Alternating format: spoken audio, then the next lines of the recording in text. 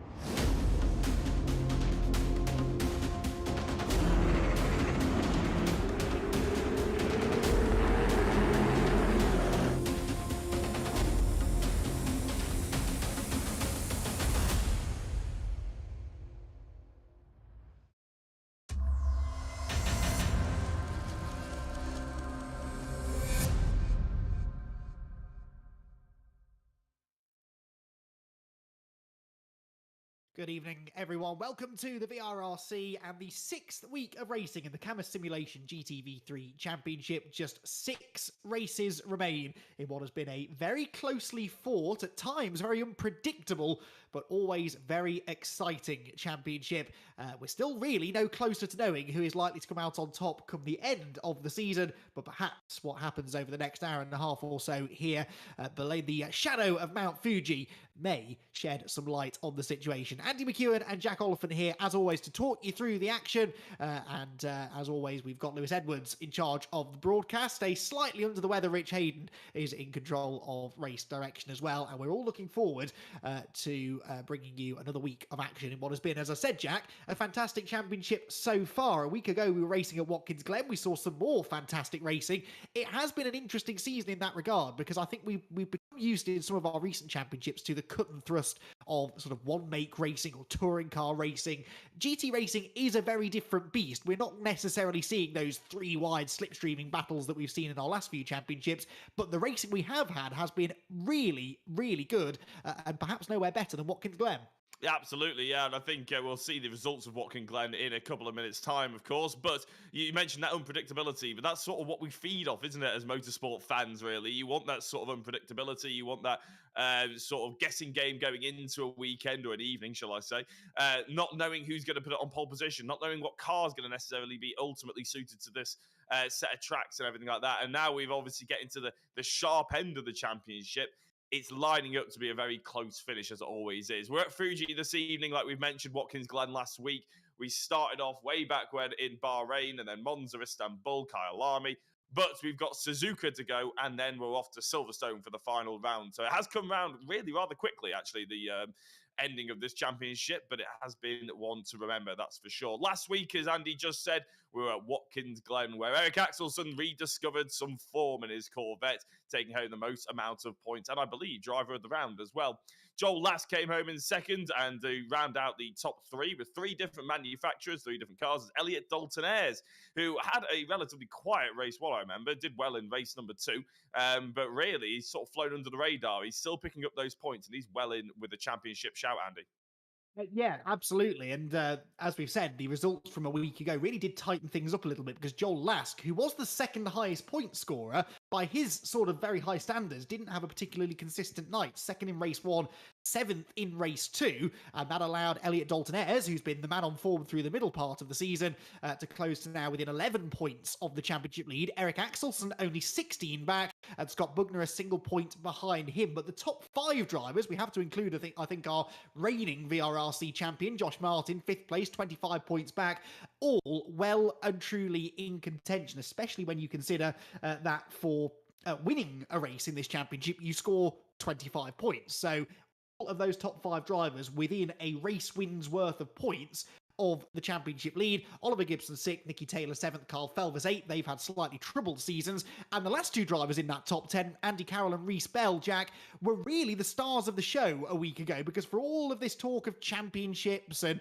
Eric Axelson returning to form, Elliot Dalton-Ayres having a really good middle part of the season, it was really nice, actually, just to kind of take a break from the very complicated championship situation and just have a really good pair of feel-good results in that reverse grid race. Oh, it was amazing, to be honest. And it wasn't until we sort of started talking about this championship I actually remembered all the drama and the sort of elation that we had on the podium last week in the second race. And how could I forget Andy Carroll and Reece Bell both getting on there? It was stunning, really, wasn't it? Reece Bell actually ended up coming away with the driver of the round. It wasn't Eric Axelson. I do apologise, Reece. I shouldn't be taking that away from you. But, yeah, it was awesome. Everybody was so happy about it as well. You could sort of hear in the interviews, I don't think we'd ever had an interview with Reece Bell in the commentary box after a race anyway, and you could hear the sort of elation in his voice, and it's that sort of feel-good factor, and it reminds everybody that sim racing and racing in general is supposed to be for fun, isn't it? And I think sometimes we forget that. No, absolutely. It was Carroll who claimed the victory in that second race, Reece Bell second, and they were both absolutely over the moon with that, it must be said.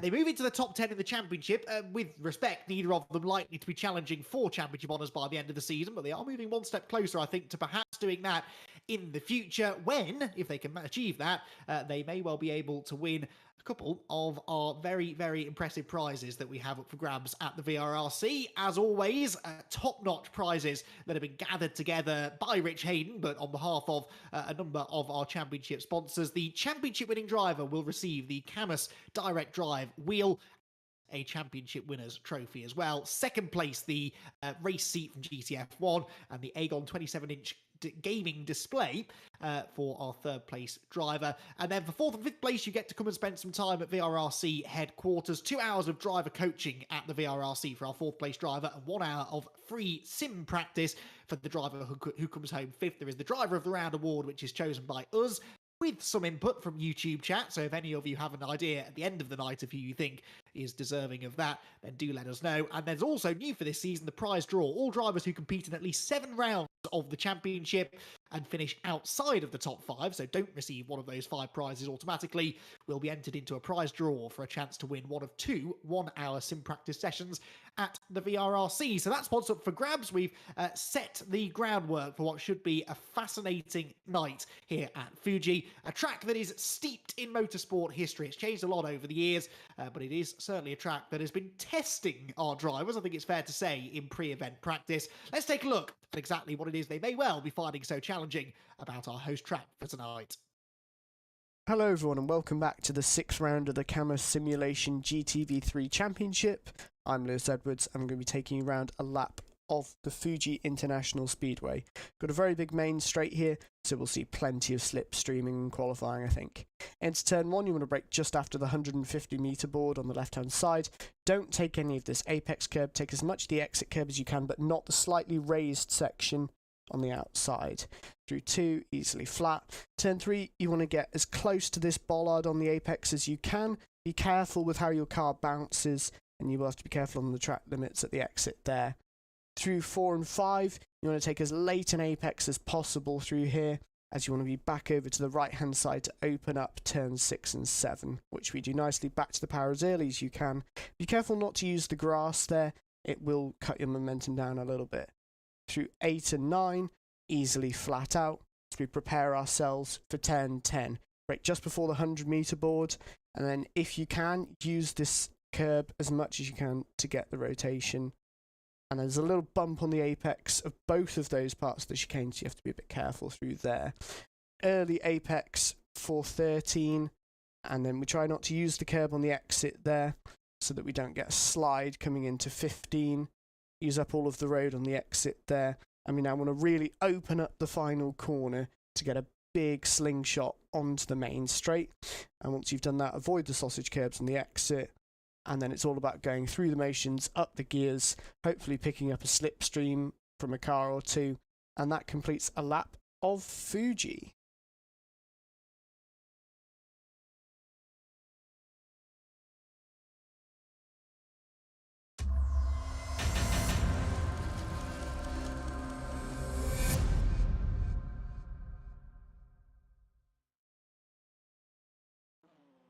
So the Fuji Grand Prix circuit, of course, for a long time, this was the host venue for the Japanese Grand Prix, before Suzuka sort of really came into its own over the last couple of decades, is our host venue tonight as well for the Cammus Simulation GTV3 Championship. Qualifying underway already, but drivers still trying to get fully up to speed, although Elliot Dalton-Ayres with a 146.6 at the moment, the pace setter. As we saw there, Jack, this is a technically demanding circuit. We use that phrase to describe tracks quite a lot, but I really think this one, it is an apt description. That final sector in particular, you have to be so precise, but it's very, very difficult to be precise when you're going through ever tightening corners over blind crests with pretty big curbs that you need to avoid as well. I think that we will see drivers perhaps struggle a little bit tonight, but either way, I'm kind of looking forward to that. Anything that tests our drivers is a good thing.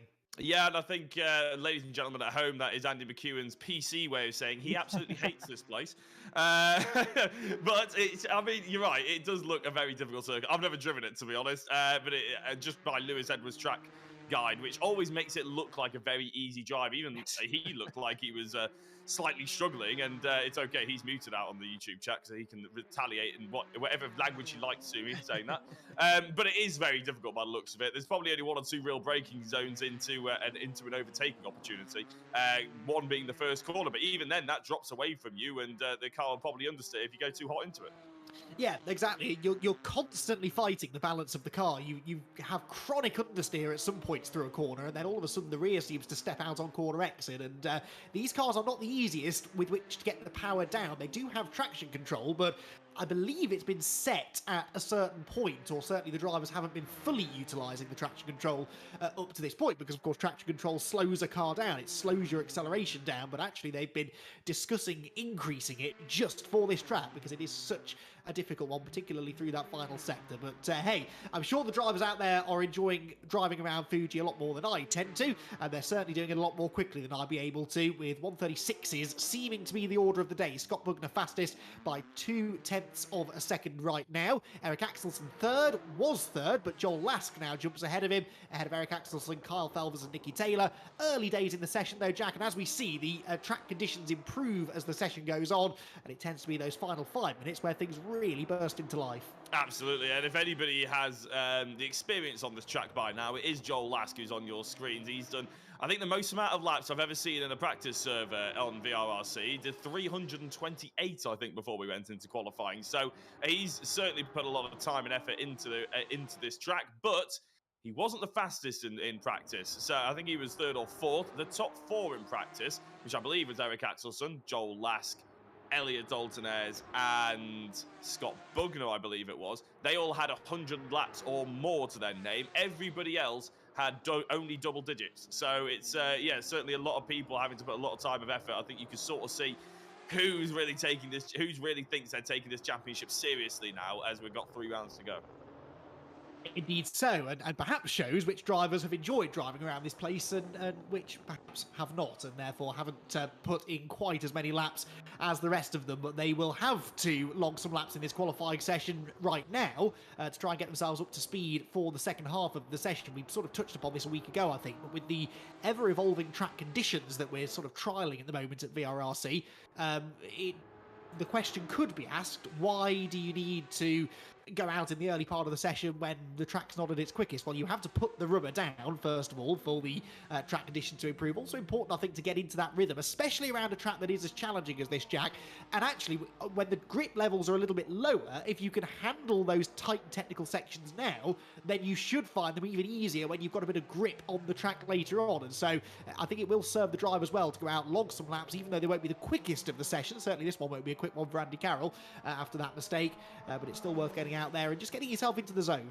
Oh yeah, I think I've said multiple times that I was always a driver that I don't care what the track conditions are going to be. I don't care if the track's going to be drier in 15 minutes, 20 minutes time. Just send me out, because I want to get into rhythm, I want to feel the track, and obviously feel how it develops over time. And you're right, especially I reckon the tyres are going to die pretty quickly on this track. It's going to have to be a medium race tyre, I imagine. Have they risked to go out on their softs? Most people have. So who's put the practice in on both sets of tyres? Because, of course, you can carry a lot more speed with the softs, but only for a couple of laps' time. Who's going to have the options when they go into the race? Is anybody going to risk those soft tyres to try and make them last? It'd be pretty brave, to be honest. But, yeah, there's an awful lot you can learn even in qualifying, like you were just saying, Andy. And a lot of people, as just said, just need to get it back into the rhythm of it. Start pushing the braking zone a little bit further. If you've sort of held 5% in the tank, you might as well go out there and experiment with it for the first 10 minutes. Yeah, absolutely. And that's an interesting point that you raise about the tyres. Everyone, of course, at the moment on soft tyres, because this is qualifying, the soft tyre is the fastest tyre.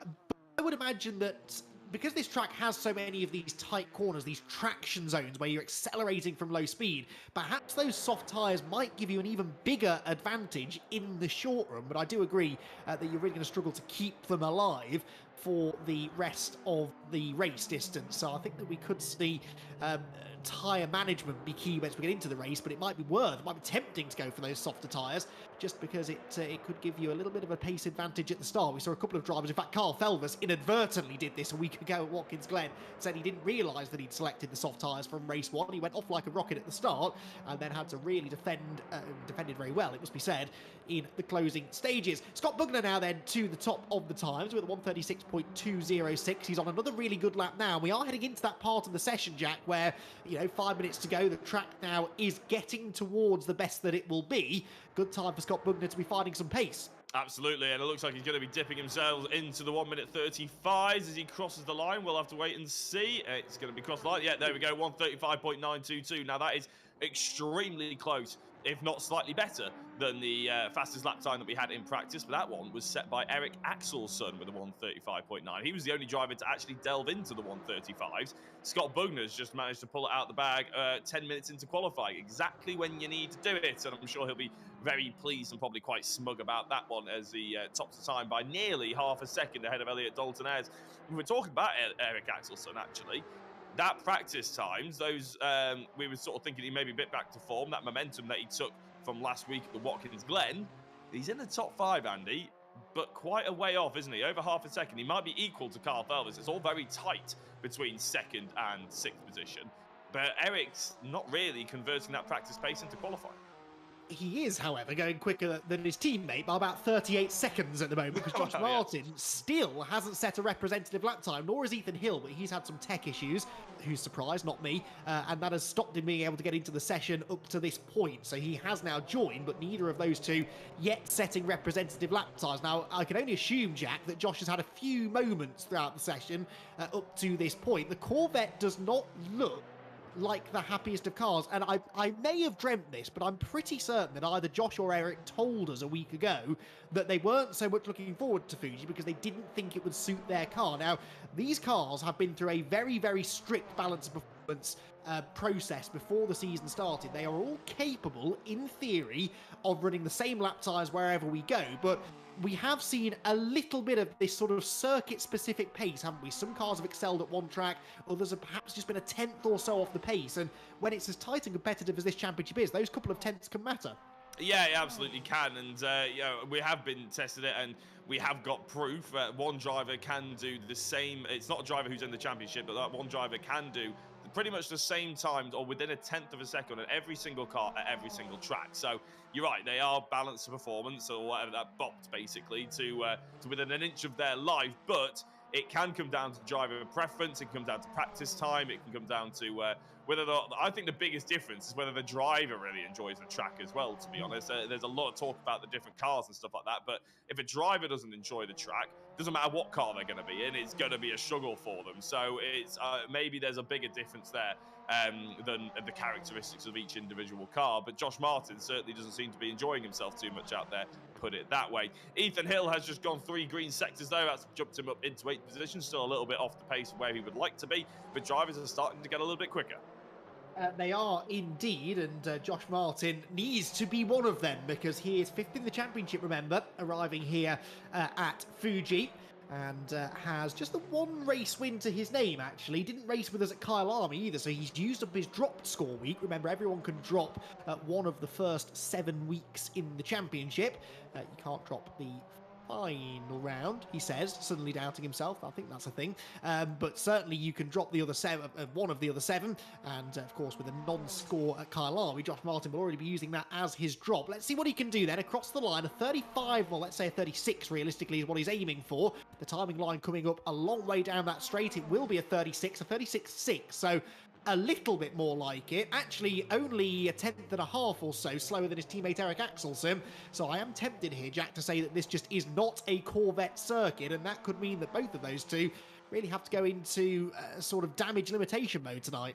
Yeah, it's going to be a bit tricky for them, especially if you look at the championship. Joel Lask in that BMW is above them. Elliot Dalton-Ayres is above them in that Ford as well in the championship. So Eric Axelsson and Josh Martin really wanted to claw back some points but it doesn't look like it's going to happen. But it is only qualifying. We still have got 2 races to go, and that's where the points are scored, of course. A reverse grid on their side potentially a little later on as Elliot Dalton-Ayres crosses the line. He did put in a purple sector 1.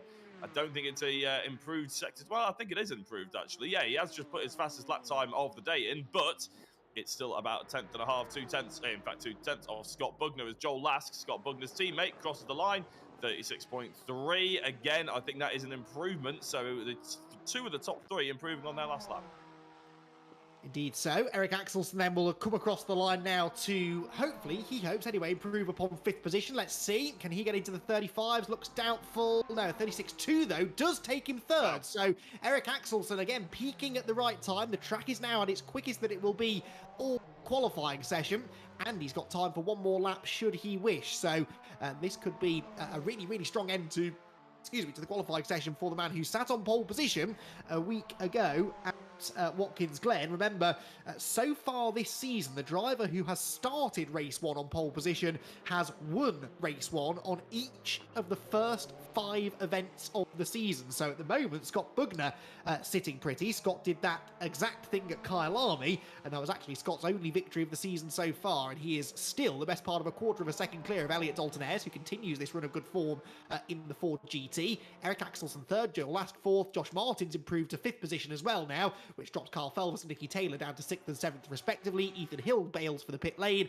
That will be his qualifying session done, but a few other drivers, Jack, still with laps to complete. Yeah, well, I think Kyle Felvis specifically, he did less than 30 laps in practice, so I think he's doing pretty well to even get up to 6th place. Elliot Dalton-Ayres, he not as quick that time round, takes the checkered flag. Scott Bugner has gone green in sector 1. Here is Kyle Felvis. That's going to be nowhere near an improvement by his standards, so he stays in 6th position, unless Nicky Taylor can do something about that, and he's coming across the line. He has put in a green sector 2, but it looks like he's bailing for the pit, so it's not going to be a completed lap for Nicky Taylor, nor is it for Eric Axelsen. Scott Bugner looks like he's going to be fairly safe on the top step of that, well, I say top step, the front row of the grid, I should say, actually, because, of course, this is only qualifying. He comes across the line to see if he can improve, and he does, I think, a 1 minute 35.753. It's a massive improvement. Yes, indeed. So Scott Bugner then comfortably fastest now in the qualifying session, and really no one likely to improve. Josh Martin, we're hearing, has had a spin, and that's why he is bailing for the pit lane. So really all of the potential pole sitters are done for qualifying, and Josh Martin really struggling with the handling of the car even on the way into the pit lane. Paul Laramie is also coming out of the final corner but heading for pits too, so I think we'll take this opportunity to go into a very quick break, after which we will have a quick chat with our pole sitter Scott Bugner and all of the action in our first of 2 races here tonight.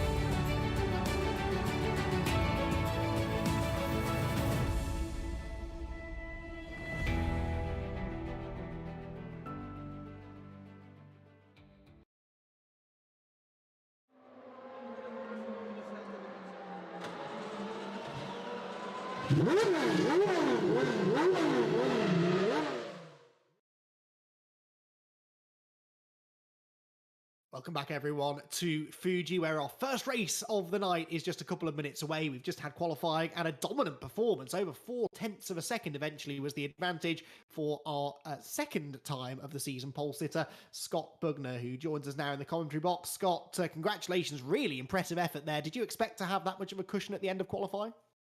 I didn't expect to be on the front row, to be honest.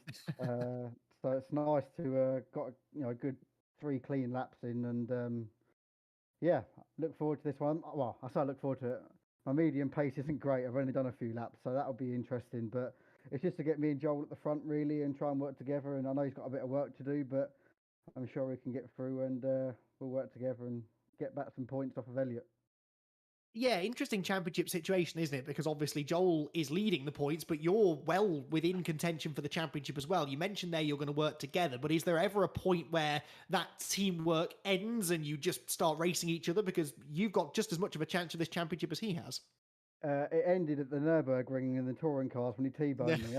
That's when the team orders ended. No, we worked together, and I've said, if after this round that I feel like we're not in contention, then I'll help him as much as I can. But at the minute, we work together when we can and just get the most points for both of us.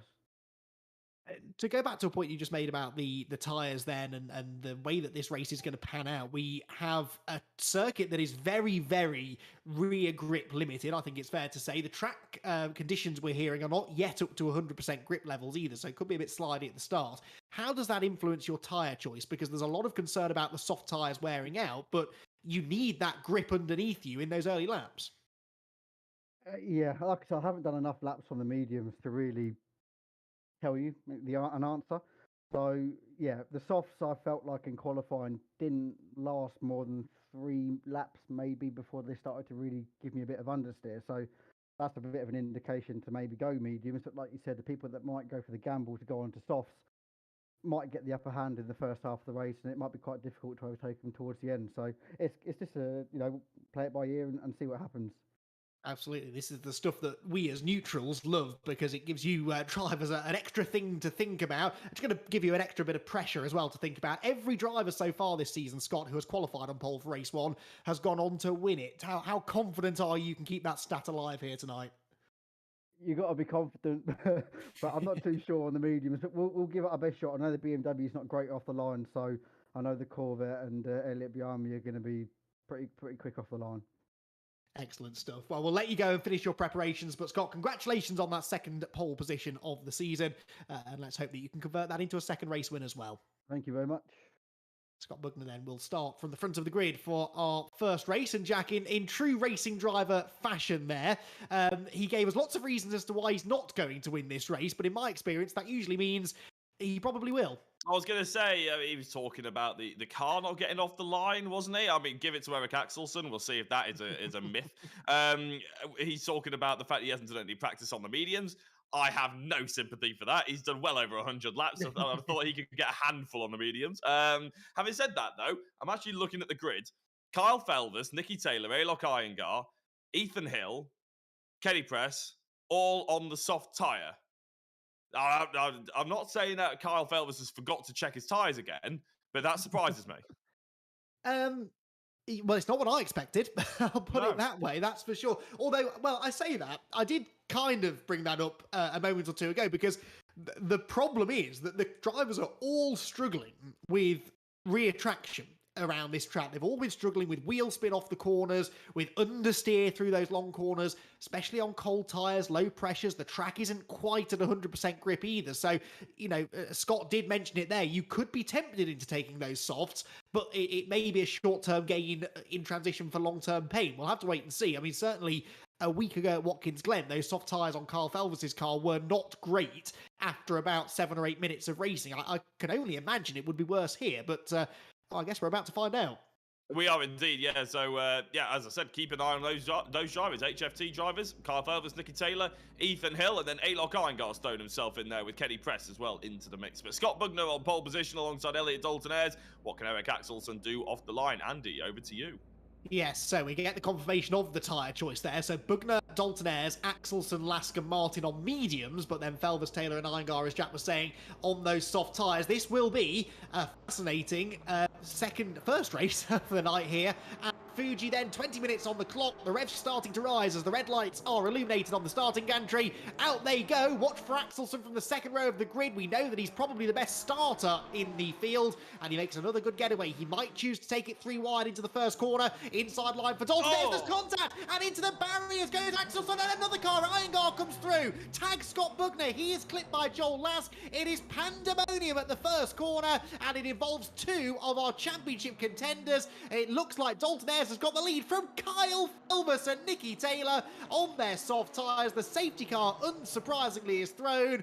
My, oh my, Jack, that is another thing that I did not expect to see. Absolute carnage at the first corner. I tell you what, Elliot Dalton Ayres will be a very happy driver right now. I don't know what the cause of that, because on my screen, looked like lag, but that could be lag from me to the stream I'm watching. It could have been lag from Lewis to the game. It could be anything, really. It's going to be an interesting one to see. Well, the safety car has been thrown with Elliot Dalton Ayres. Is this a replay are we attempting to do here?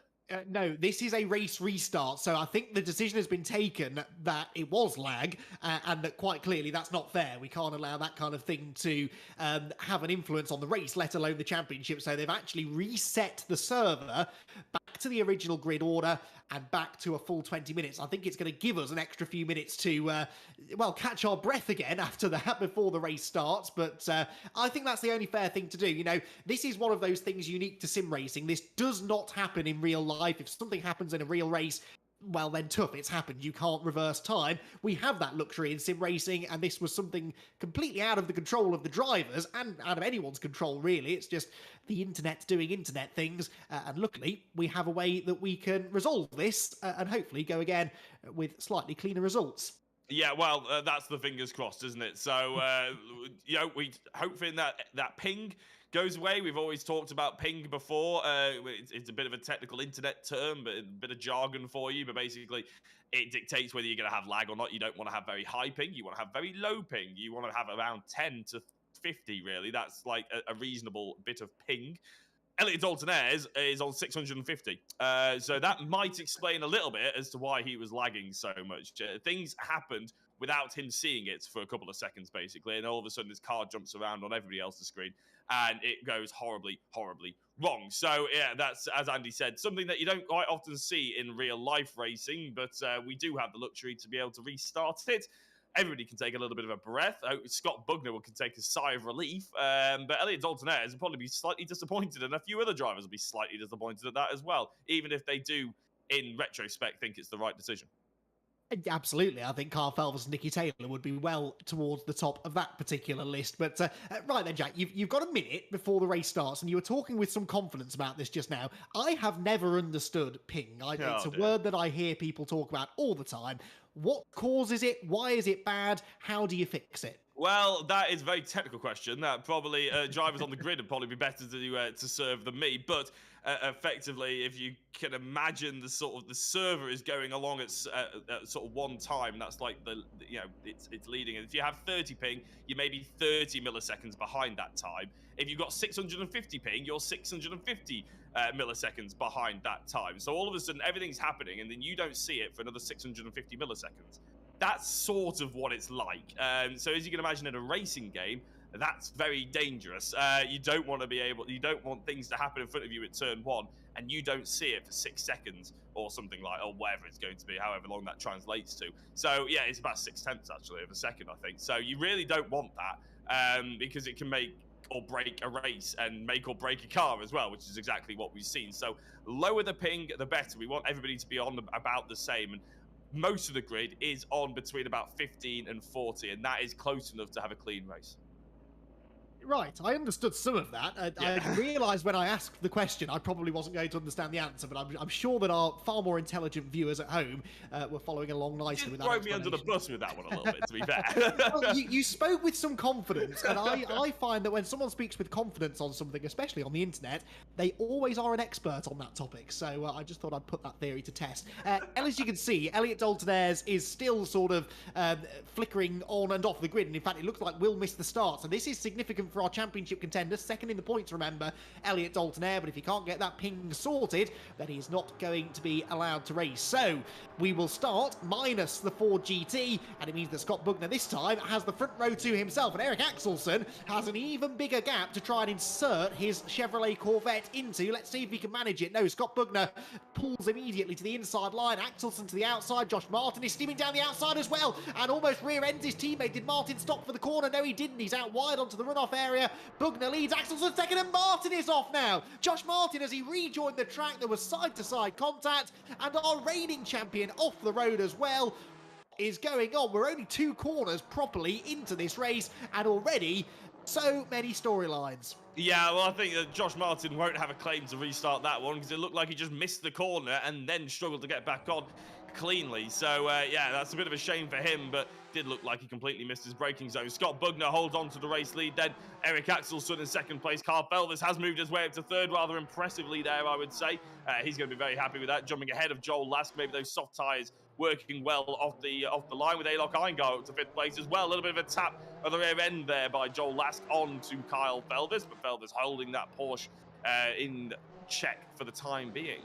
Yes, now remember, Felvis is on the soft tyres, so is Alok Iyengar, who was also involved in some of the shenanigans at Turn 1, and I'm not convinced that was ping-related, actually, so I think he's dodged a little bit of a bullet there. Anyway, the turquoise and purpley BMW in fifth place on soft tyres too, and no surprise then to see both of those cars marching to the front. Carl Felvis taking a very inventive line out of the final corner, but he has to go. Both of those drivers on the soft tyres, these first few laps will make or break their race. They have to make progress, and they have to try and make it now, because they know that their time with plenty of grip underneath them is probably limited. Yeah, and I would say Josh Martin, he has just a little bit of a consolidating sort of thought process. Not consolidating, I'm struggling to think of the word actually, but something he'll look forward to basically is that reverse grid in race number 2. So not all is lost for Josh Martin fans out there. But you're right, that's soft tyres for Kyle Felvis. He looks like he's got the car underneath him. He's pulling away from Joel Lask. That's not an easy thing to do. Eric Axelsen a little bit further ahead of him. He's probably got the sights set on the back of that Corvette. Probably wanted to be in front of it sooner rather than later.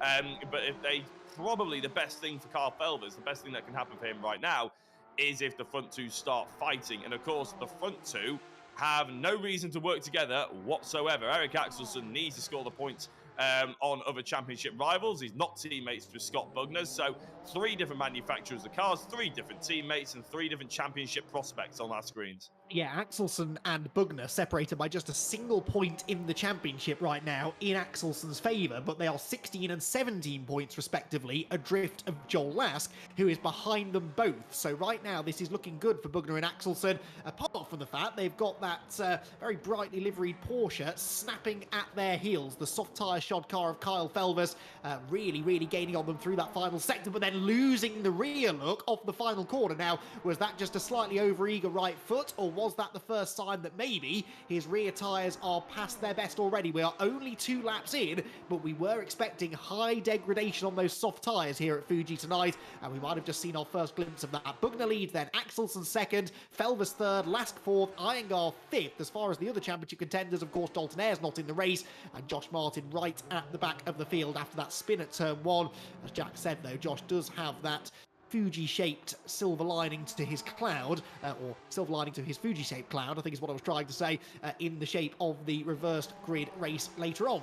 Yes, he does, and look how close the Porsche of Ethan Hill is onto the back of Paul Laramie. Now, this is a Porsche versus Corvette battle, but a little bit further down, of course. This is for 7th place, but I think it just goes to show a point I was about to make, and it's how late you can be on the brakes with that Porsche. I mean, we saw it at Monza a couple of weeks ago, didn't we? That their biggest strength was on the brakes into the heavy braking zones at the end of maybe the main straight here at Fuji, or indeed anywhere else that Ethan Hill wants to stick his rather dark-nosed Porsche to the business of Paul Laramie. Trying to go around the outside, though, that's not going to be working. That cutback, Paul Laramie's going to have the inside. It's a tight technical section of Sector 3, Andy, that we thought we wouldn't see any side-by-side action, and perhaps that's why. Yeah, you can go side-by-side through there, but rarely can you do it without banging doors, and unfortunately the car's just not stable enough to be doing that. It's a very bouncy, bumpy part of the track, very narrow, as we've said, and unfortunately Ethan Hill finding that out. He was on the inside and really couldn't have left a lot more room for Paul Laramie, but either way, contact made, and Ethan is the one who drops down to 11th place. John Jones just behind him, and Josh Martin already ahead of Stuart Vickers and Kenny Press. So we're saying that Josh will be focusing entirely on race 2. Actually, a top 10 is not beyond the realms of possibility, and any points that he can score in this race could be absolutely crucial. Like I said, he's used up his dropped score already with that absence from Kyle Army. He could not really afford another bad night. So you know, if he had that drop score to fall back on, perhaps he could have just hung back in race 1, get the good result for race 2. He can't afford to do that tonight. No, he's fifth in the championship at the moment, but of course he's sporting that number 1 from the last championship in the touring cars, so he's going to be wanting to hold on to that for as long as possible. But I fear that maybe just a little bit of a dent into his defence here this evening in race number 1. But of course, we have got quite a lot of races left to go. Lots of things going to happen. We've already seen twists and turns throughout the grid, throughout this season. So, yeah, lots of points on offer. And Elliot Daltonez, how did he end up all the way down here? It started from the pit lane, I'm hearing. Oh, so yes, we saw him disappear from the grid, and that is because... well, he drives straight into the back of Paul Laramie, who then gets clipped by Andy Carroll, a winner a week ago in race 2 at Watkins Glen. Where did Laramie end up? Well, he heads up right behind Ethan Hill, so Ethan Hill gets the place away from Paul eventually, but exactly 1 lap after, the two of them touched and Ethan went spinning. That may well get looked at after the race for Elliot Daltonez. Penalty is not something that he could do with coming his way, but he is at least in the race, started from the pit lane. I guess that was just in case his ping was still an issue, and these things do sometimes settle down, Jack, don't they, as the race goes on, when you don't have all of these other cars in such close proximity around you like you have on the run to the first corner. And for the time being, Elliot seems to be managing that well and moving forwards nicely. Yeah, well, there's no outstanding ping issues now coming up on the servers. So, yeah, Elliot Daltonez has managed to get away with that one. He looks about bang average as Reece Bell and Andy Carroll, the 2 podium sitters from last week, do battle into the first corner with the Aston Martin of Reece Bell just about making his way up the inside there and holding on to that position. Look at that, Ethan Hill right back on the rear end of another Chevrolet Corvette of Andy Carroll, though this time. It was Paul Laramie a couple of laps ago, wasn't it? So, yeah, all of a sudden, Ethan Hill getting himself around and about. He's really trying to get on that canvas today, isn't he? He is, and succeeding in doing so. He's going to run a little bit wide there through the long right-hander. Of course, another driver on those soft tyres, and really would have liked to have capitalised a bit more on that in the early stages and, you know, gain a bit more ground. Of course, he was in the process of gaining ground before he had that contact with Paul Laramie. Other drivers on soft tyres, though, not doing that badly. Alec Iyengar is stable in 5th. He's keeping 1.5 seconds over Nicky Taylor 6th. But Kyle Felvers, Jack, is sticking with the race leaders. His pace as strong as anybody's right now, and we are a third of the way through this race, and that is Josh Martin in contact with John Jones at the chicane. And well, when it's not your day, it really isn't your day, and this has not been Josh's day. No, I think that reverse grid, he might as well just chill out, try and get his head back on straight, and for 12 minutes, and then just think about what he's going to do in 12 minutes time. It really isn't his day, is it? As Andy Carroll goes past Paul Laramie, Ethan Hill somewhat down in 11th place. That means he's been overtaken by another Corvette. That must have been there's been contact between Ethan Hill and Andy Carroll potentially. Yes, because of course when Laramie had his spin, Hill went ahead of him, I remarked, yes, and Carroll was ahead of both of them. So something else. Need a flowchart there. Yeah, honestly, this has been action aplenty, hasn't it? Over the first 8.5 minutes or so of the race, things perhaps will now start to settle down, but I suspect maybe not. Now, back to what's happening at the front of the field. I mentioned Carl Felvers' pace is pretty impressive. So too Scott Bugner's. He is 1.3 seconds up the road of Eric Axelsen. If you were to take a look at this battle between Axelsen and Felvers, and I told you one of these cars was on tyres that we expect to start wearing sooner than the other, you would say it was Axelsen because his pace is deteriorating. Felvers' really isn't. Yeah, I was going to say on that last lap, well, they were about equal on the last lap, but the lap before that, there was half a tenth, there was about a tenth and a half in favour of Kyle Felvers. So Eric Axelsen may be feeling the pressure here. What's the gasp for, Andy?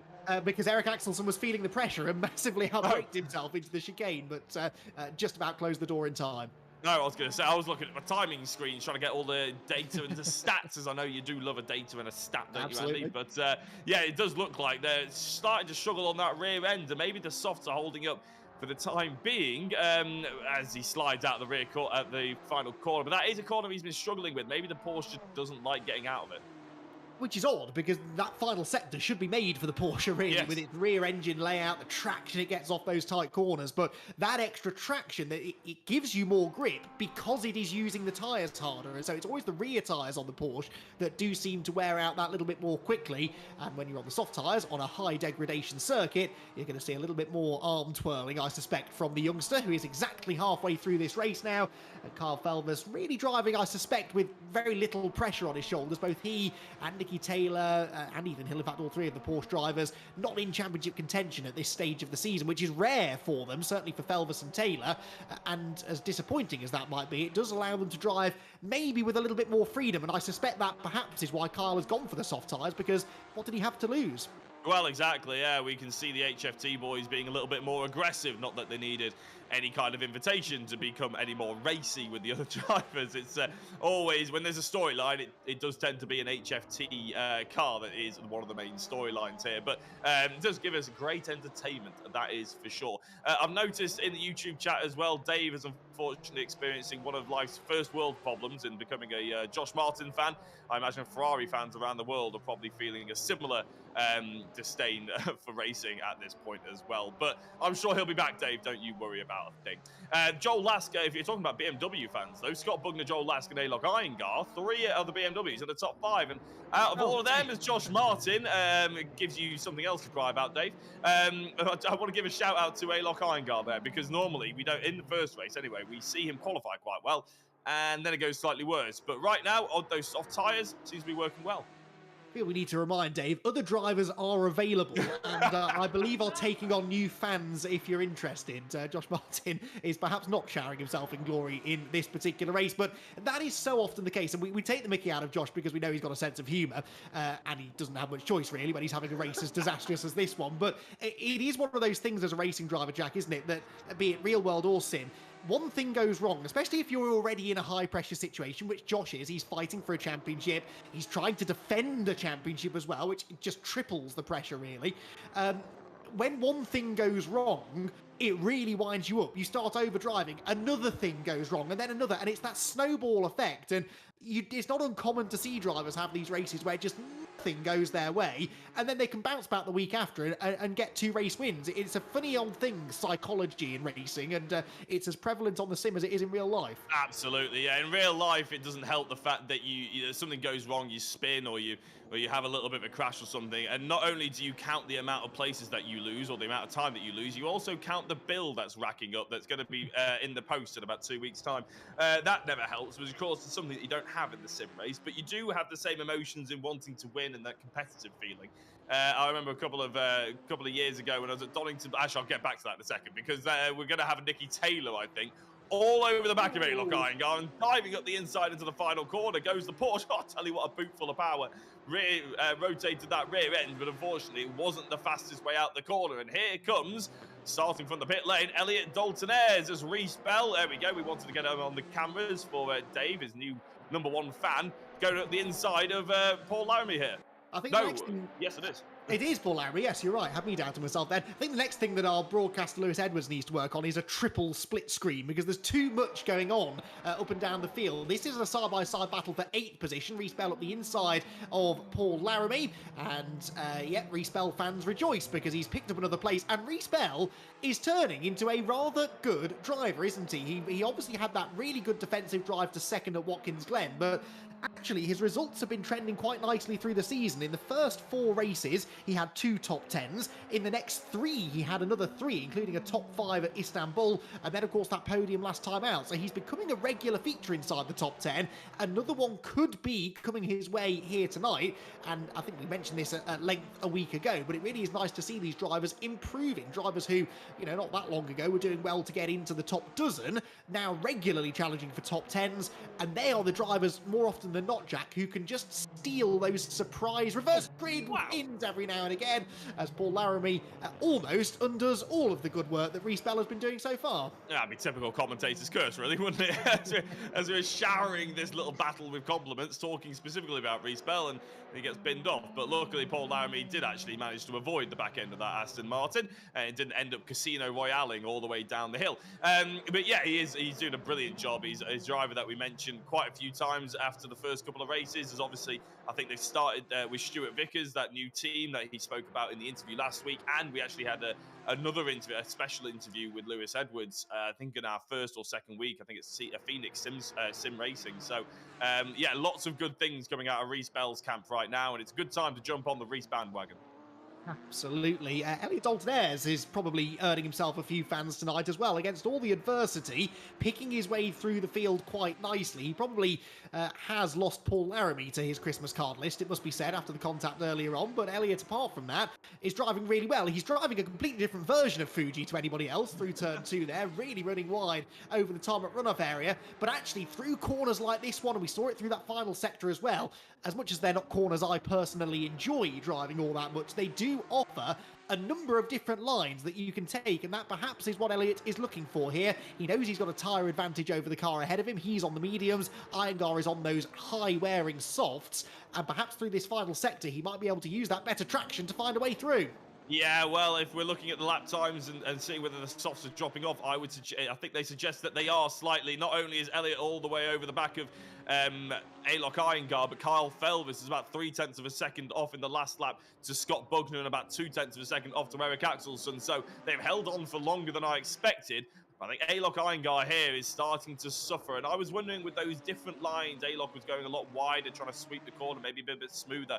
Maybe that was because he was trying to hold on to the tyres, whereas Elliot Dalton-Ayres felt like he could be a bit more aggressive with the steering angle and the braking, and those tyres would hold on to it for him a little bit better. It's very interesting, but as they come out the final corner, Alok gets a really good drive out of there, and Nicky Taylor actually looks like the driver who's going to attack Elliot Dalton-Ayres rather than Dalton-Ayres on Iyengar. In fact, Dalton-Ayres goes defensive, doesn't it? Because look at the late braking Porsche around the outside. The alarm company car almost gets the job done. He runs out of road. It's a little bit like the Nürburgring first corner there, actually, isn't it?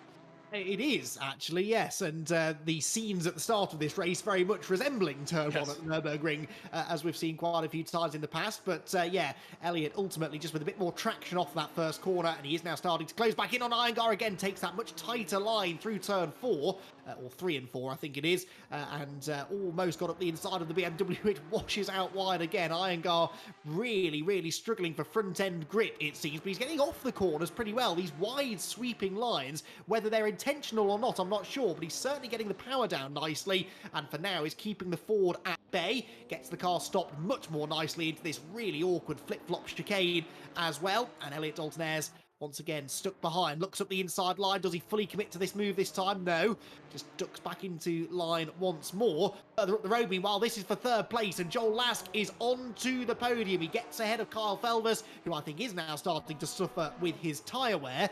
Does Joel have the pace to go after Eric Axelson, I wonder, though, because he's been lapping a bit quicker than Eric. Needs to see off this challenge, though, from Felvis, who uses the slipstream, uses the Porsche's straight line speed to get up the inside line and might just reclaim third. Well, we know how late that Kyle Felvis will be able to brake in that car. It's a little bit lighter. It's a lot lighter than the BMW, and he does get his nose up the inside, and there we go. Joel Lask has to wait a long time before he can get that boat of a BMW to actually turn into the first corner, trying to get that cut back, but it's not happening just yet. Kyle is holding on to that third place. We know he's a good defensive driver. He's a good driver in a really close battle as Kyle, whether he's attacking or defending, but Joel Lask has come on strong over the past couple of seasons, and he's probably wanting to flex his muscles a little bit here. Yes, he is. Dalton-Ayres, by the way, is ahead of Iyengar. Paul Laramie's had another whoopsie, I think, and fallen back behind Reese Bell and Ethan Hill. But this is a really significant battle, not only for the two drivers directly involved in it, but actually the two ahead, because I mentioned that Bugner and Axelson would be happy to take some points out of Joel Lask. Of course, they're taking more points out of him if he finishes fourth than if he finds a way past this Porsche and finishes third. There will be one lap to go at the end of this one. Scott Bugner unlikely to be challenged, and the longer this battle goes on, the less likely Eric Axelson is to feel under any pressure for second place. It really is all about this fight for third and how many more points our championship leader can get out of this one. Yeah, I think the driver behind them is not even in the race, really, for this position. It's Josh Martin, who's a lap down. There is the Corvette coming around it. So we have to look a whole 11 seconds back before we find Elliot Dalton-Ayres. So they don't have to worry about anything behind them. Joel Lask can just go full on the offensive. But out of that final corner, well, slightly surprisingly, I would say, Kyle Felvis getting a rocket ship exit, and here comes Nicky Taylor, his somewhat teammate. It's not quite a teammate, but a sister team. Is in the HFT brackets against Alok Iyengar, when Elliot Dalton-Ayres has got past both of them. Yeah, interesting, isn't it, that both of the Porsches on soft tyres have decent long-run pace, whereas Iyengar on the softs is really struggling. Now, is this a Porsche thing? Is it lighter on its tyres? We touched upon this a week ago at Watkins Glen. I theorised that the Porsche might be a bit lighter on its tyres because of the way that that weight is distributed more evenly across the car, and certainly doesn't use those front tyres up as hard as the BMW will. But Nicky really coming back at Iyengar here for 6th position. And Alok, another driver who I think has just been quietly going about his business, really. He's had the odd top 10 finish. 6th position would be, I think, equaling his season best, yet had a 6th in the reverse grid race at Kyle Armies. This would be his best race 1 result of the season if he can keep one of the best racers out there, Nicky Taylor, at bay. Nicky is a really, really good driver in wheel-to-wheel combat, and he's engaging in it now as they head for the chicane. Yeah, they're very close to actually making a little bit of contact. This is the final lap of the race, ladies and gentlemen. Scott Bugner's got nearly a 3-second gap, so he probably will end up winning this, but which one of these cars is going to come out on top for the fight for top 6? Carl Felvis and Joel Lasker somewhat settled their debate. They've got about about a second actually between them now. So eyes on Nicky Taylor versus Alok Iyengar. Maybe Nicky can see a gap. Maybe he can launch it up the inside. We'll have to wait and see, because as he comes across the line, Scott Bugner makes himself a double victor here in the Cammus Simulation GTV3, and it's a good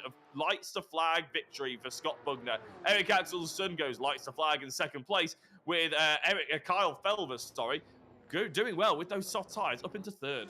I tell you what, that was seriously impressive stuff there from Kyle. Even if the Porsche is a bit lighter on its tyres than the other cars, to keep the softs in their operating window for an entire race around this track of all places is seriously hard work. Joel Lask comes home 4th, Elliot Dalton-Ayres 5th. I mean, shout out to Elliot as well. I know he had a couple of little incidents in that race, but did brilliantly to get up to 5th, having started from the pit lane. Alok Iyengar, Nicky Taylor, Reece Bell, then Andy Carroll and Ethan Hill to complete the top 10. Paul Laramie will be 11th, John Jones will be 12th ahead of Stuart Vickers, Kenny Press, and Josh Martin a lap down at the end of the race. But crucially, Jack, he finished the race, and so he will be able to take up pole position for race 2. So that is going to be a very, very interesting situation indeed. We'll have all of the build-up for that second race in a few moments' time, as well as our interviews with our podium finishers on the other side of this quick break.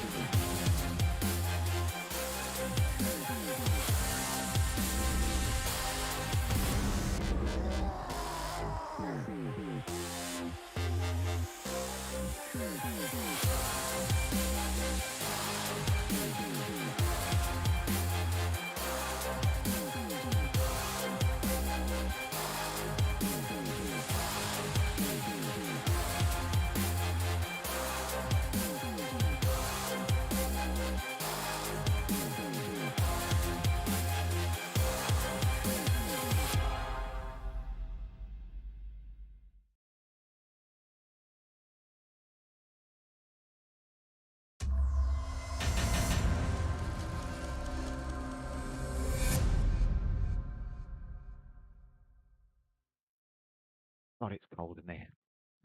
Welcome back, everyone, to Fuji. Another intriguing race has just been completed in the Cammus Simulation GTV3 Championship, and Scott Bugner has kept the record alive of pole position lights to flag victories in the first race of the night. Every time so far this season a driver has lined up on pole for race 1, they have gone on to win it in convincing fashion, and Scott, you were able to do that as well. It wasn't quite plain sailing. The initial start to the race, I think it's fair to say, didn't go to plan. I'm sure you were relieved than anybody to see a restart there.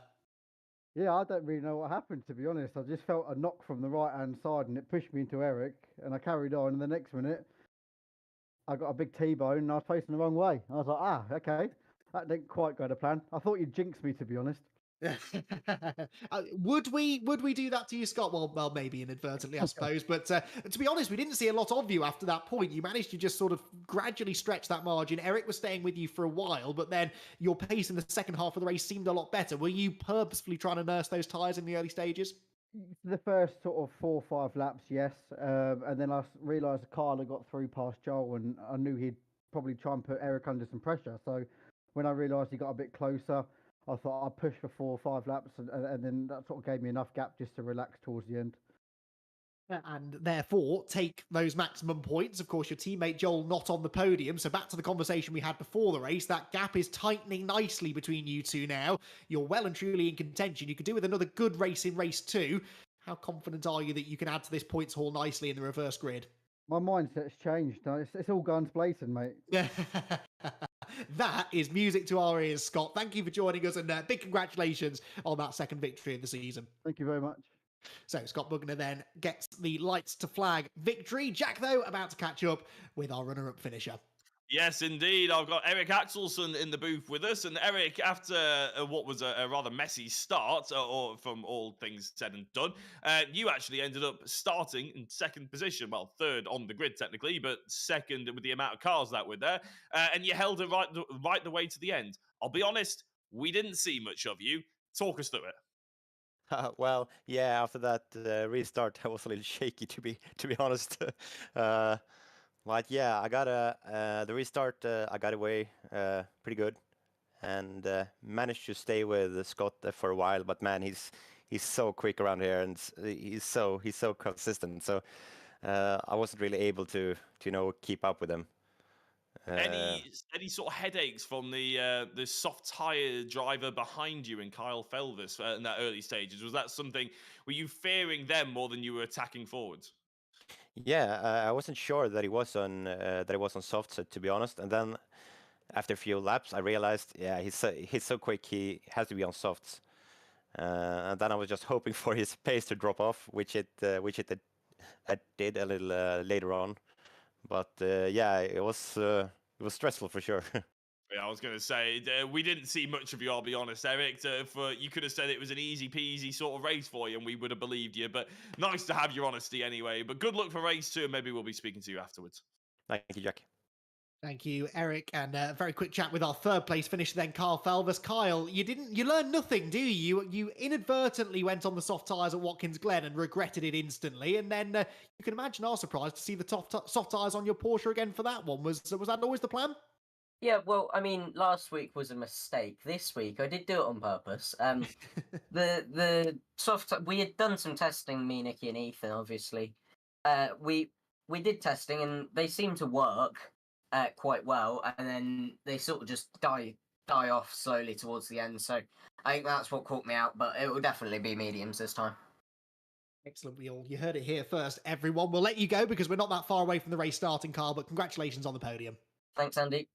So Kyle Felvis then, it was a choice to go on the soft tyres this time, and actually, I think he's underplaying that a little bit. I think he drove really well to keep the tyres in the window, but tells us that he will be on the mediums this time for a reverse grid race that, as I confidently predicted, does not have Josh Martin on pole position because he was a lap down. He is not included in the reverse grid, so his night gets even worse, I'm afraid. I apologise for raising any Josh Martin fans' hopes on that one. He's going to have to come from the back of the grid again. The red lights are on, though. It is Kenny Press and John Jones on the front row of the grid, and let's see what happens into turn 1 this time. It's Corvette City at the front, but John Jones has had the best start of everybody in the 4 GTs. Up the inside of Paul Laramie, there's some door banging. Oh, let's hope they all get it stopped. A couple of them running out wide, and who comes out of turn 1 with the lead? It is Laramie. They're still 3 wide behind, though, and that is Ethan Hill up the middle. Ethan Hill is definitely going to get his elbows out here. So too Nicky Taylor, who I spot is in that lead group too. Hill is out wide at turn 2, and we'll have to be careful on the rejoin. Paul Laramie already, though, Jack, starting to take advantage of the carnage behind, and he's got nearly a 1-second lead. Yeah, I'm guessing Paul Laramie will take some inspiration from Andy Carroll last week and hope that he can get out and away before everybody else starts piling their way through the order as well. But John Jones with an absolute rocket start. Ethan Hill, I thought at one point he was halfway to Suzuka before we even got through the first lap here. But Ethan Hill, really, really impressive. Nicky Taylor getting involved there as well. 2 HFT Porsches. Oh, a little bit of contact. Reese Bell's been had a little bit of a bump there as well. Joel Lask was involved. Alok Iyengar, by the way, didn't make it through turn 1. He ended up turning all the way one way round. He's down in 14th position, as is that Ethan Hill, whose car already looks battered and bruised, now slotting in behind the other Porsche of Nicky Taylor. And it just looks like it's got no front end grip, and that is the other issue with the Porsche. Because there's no weight over the front axle, it takes longer to get those front tyres up to temperature. Out wide goes Carl Felvers with some assistance, it must be said, from Kenny Press, and that opens the door almost for Reese Bell, but then Reese Bell suddenly isn't there anymore, and I suspect maybe had a snap of oversteer as he turned in. That means that Joel Lask closes on his tail. Joel himself lucky to survive that little bit of bumper banging that was going on at the chicane. Felvers up the inside. The progress being made by Kyle in this race is ominous, I would say, for everybody else. That Porsche is clearly quick. He's on his preferred tyre this time as well, and he's already in the top 5. Yeah, Kenny Press, I thought a bit of the trick of the camera there. I thought he was going straight into the back of Carl Felvers there, but didn't actually come a cropper, sorry. Joel Lask just behind of Reese Bell, fighting that BMW, trying to get past it. Of course, Kenny Press is going to be a bit of a headache for some of these drivers because he is on the soft tyres, so he should be quick out the corner. He should be able to brake late into them as well. Joel Lask maybe trying to just force the issue there and managing to get past Reese Bell, following on through, and here comes Josh Martin all the way starting from the very back, trying to get into 8th place. And Kenny Press, I think, just gives up the ghost, doesn't he? Doesn't want to get involved and decides to just pull over to the left-hand side. Okay, so Kenny Press no longer a factor then. There goes Alok Iyengar through as well, and Carl Felvers is now on the tail of his teammate, who is up the inside of John Jones. This is for 2nd place, and John Jones is a bit of a rolling roadblock at the moment, doesn't quite have the pace of the 2 Porsches behind him. This is playing beautifully into the hands of Paul Laramie, who's nearly 2.5 seconds up the road, and Nicky Taylor can't find a way through. John Jones is driving around the inside of the track, which is perfectly entitled to do. Gets sideways though, back into the side of the Porsche, almost spins Taylor around. That was near disaster for Nicky Taylor, who does break through into 2nd place, brings Felvers with him and Ethan Hill, and that is Joel Lask, the championship leader, is off the road, and that is going into the final corner. That all happened way behind the incidents that we just saw, I think, or was John Jones involved? That looked like Stuart Vickers going slowly as well, but major drama for Joel Lask, who now looks like he might end up losing the points lead. Yeah, there's lots of stories all the way up and down, but in the midfield specifically, as they go 2 by 2, it's Josh Martin versus Reese Bell. Then it's Elliot Dalton-Ayres versus Eric Axelson. Scott Bugner's involved there now as well. Joel Lask all the way down into 12th position, not quite in the picture for the time being. Carl Felvers versus Nicky Taylor. Lots and lots. Oh, in fact, look at the HFT boys. 2, 3, and 4. Nicky Taylor, Carl Felvers, and Ethan Hill respectively. All 3 of the Porsches trying to hunt down the Corvette of Paul Laramie, who actually, if anything, has increased his margin over the last lap or so, but Ethan Hill has just set a purple sector 1.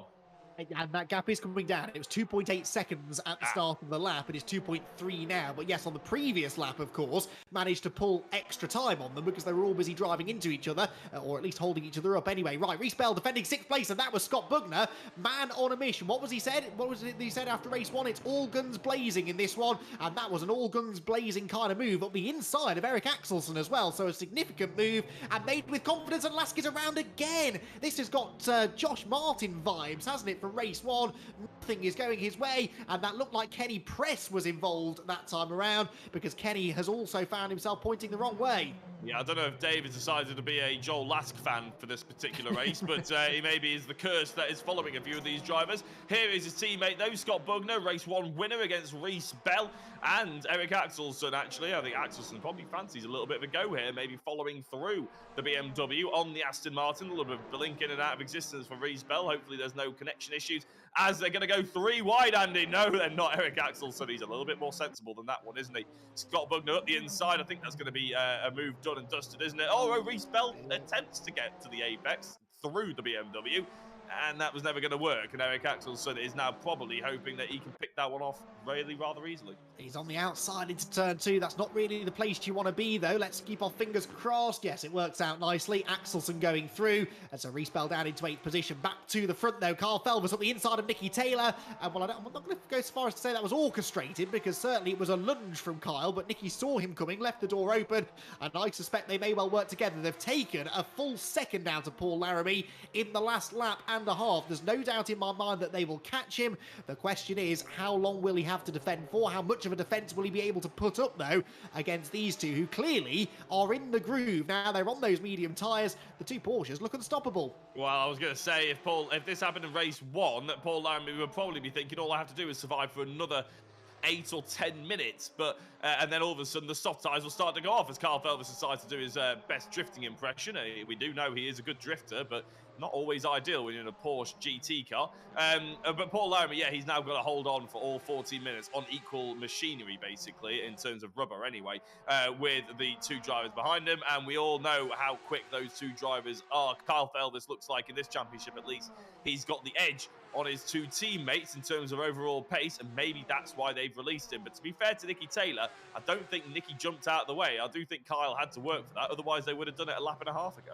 No, absolutely. It was a genuine move from Kyle. I think Nicky realised what was happening and chose not to fight it, because it does look as though Kyle is the quicker of the two. Right, from a championship perspective, what's going on? Well, somehow, and don't ask me how, Josh Martin is now in a position to outscore all of his championship rivals in this race. Perhaps not over the night, but in this race anyway, because he is running in the top 5 from the back of the grid. Elliot Dalton-Ayres is right behind him in 6th position. They've got 1 second over Scott Bugner and Eric Axelsen. So 4 of the top 5 in the championship are running 5th, 6th, 7th and 8th. Of course, it's Joel Lask this time, who has had the rough end of the stick, so to speak, and now finds himself down in 13th position, 2 seconds behind Stuart Vickers, who he should be able to catch. But how much further progress he can make, I'm not sure. It does, though, mean that these battles in the midfield, Jack, take on extra importance now. Yeah, absolutely. So we'll be probably featuring them quite heavily until Paul Laramie gets caught. And I hate to say for any Paul Laramie fans out there, he pretty much has already been caught. It's down to half a second, the gap now between first and second. And then there's only another 6/10 back to third place, Nicky Taylor. And then they have got a little bit of breathing room all the way back to Ethan Hill, because Ethan has a charging Josh Martin just behind him. Then Elliot Dalton-Ayres, Scott Bugner, just and that order that Andy was just talking about. And up the inside goes Josh Martin, forcing the Porsche a little bit wider, trying to crowbar that move into 4th place. And I have to say, Elliot Dalton-Ayres, I would want to be in his shoes right now.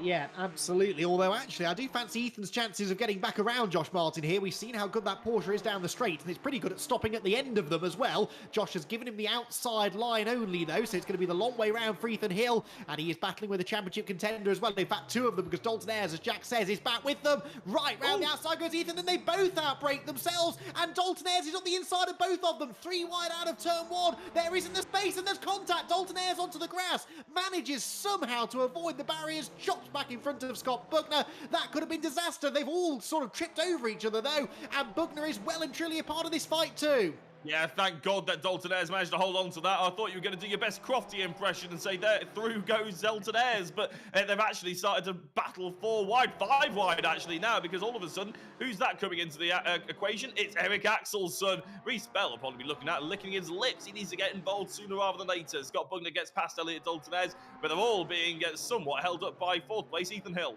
Oh, the tension is unbearable, though. These are 4 championship contenders bottled up behind a feisty Ethan Hill, and they're all outscoring the championship leader right now. Bugner is sideways. Dalton-Ayres back on the inside, rattles down the side of the BMW, and Axelsen gets boxed out on the outside line as well. Eric will duck back in line behind, but it looks as though Bugner will pick up 1 more place, and I think Scott Bugner at the moment is auditioning for driver of the round, because he has put in a fantastic set of performances so far tonight, and is marching his way back towards the front and making another good opportunistic pass there on one of his big title rivals. The point I was about to make, though, is that the intensity in this battle is through the roof. They're all fighting each other for the championship, and they all know that they're in a good position to outscore the points leader. They can't afford contact. They can't afford a bad result out of all of this, but the way they're racing, Jack, anything could happen. You don't make those kind of moves through Sector 3 at Fuji, and that's what we were told going into this evening, and yet they're throwing the rulebook right out the window. Ethan Hill defending hard against Scott Bugner. Race 1 winner, remember, and hanging him out to dry, and why not? Ethan Hill holding on to that 5th place now.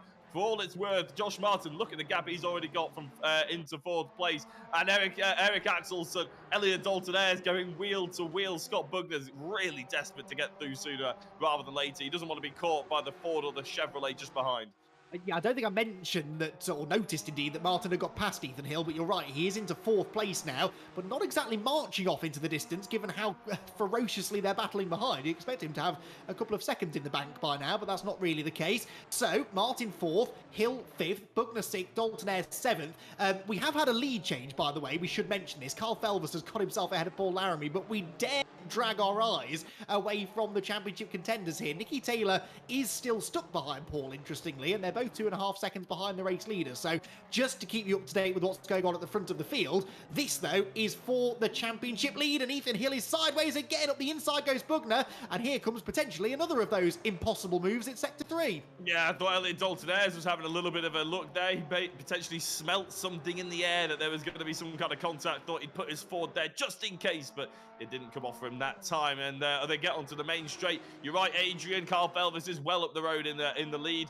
Nicky Taylor is hunting down that second place, but we will jump back to it as soon as these guys calm down. Probably about 8.5 minutes time. Scott Bugner fakes Ethan Hill out to the outside and now slides up the inside. And as Elliot Dalton-Ayres goes defensive into turn 1, Ethan Hill has to get that space up, but he hasn't given it up. He goes for the cutback, Andy.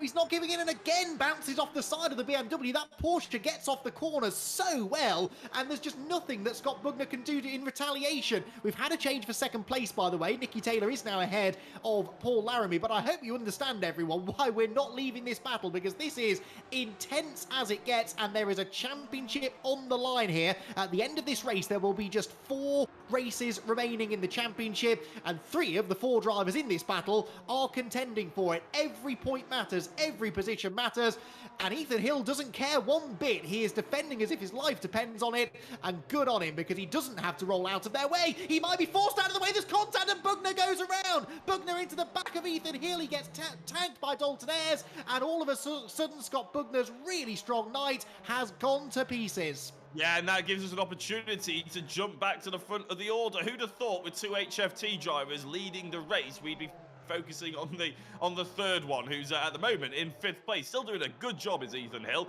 A very, very entertaining job. But with Kyle and Nicky, we might as well give them the shout out that they deserve now getting into the lead. Paul Laramie did a great job for 2/3 of this race. Has to probably settle now to be in 3rd place and try and hold off a charging Josh Martin just behind in 4th. But 7 minutes to go effectively. If he can just latch himself onto the back of Nicky Taylor, there's every opportunity that Josh won't have the time. So, Laramie almost getting it wrong through the first corner. This now, is the big question, I think, isn't it? Can Paul Laramie hang on to a podium?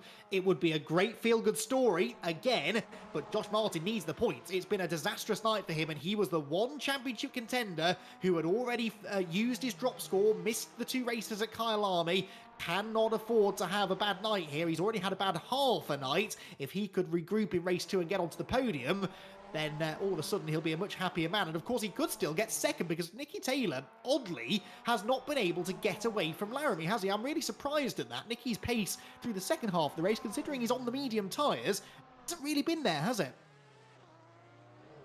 It would help if I wasn't on mute, actually. But no, you're right. I don't think Nicky's... As soon as he's lost Kyle, he just get the sense all of a sudden he has to... I don't want to sound condescending to Nicky, but as soon as he has to sort of do it on his own, that pace has just sort of eked away, and obviously he's now probably looking in his mirrors rather than he is more than he is looking forward, and we know that's a little bit more difficult. We're not saying that he's slow by any means, but that sort of liquor pace that he had at the beginning to hold on and catch up to Paul with Kyle just seems to have gone by the wayside just a touch. As Elliot Dalton-Ayres now hooks his eyes firmly onto the back of the 3rd Porsche in this race, and Ethan Hill. Indeed. So, up towards the first corner we go once again then. 5.25 minutes remaining in this one.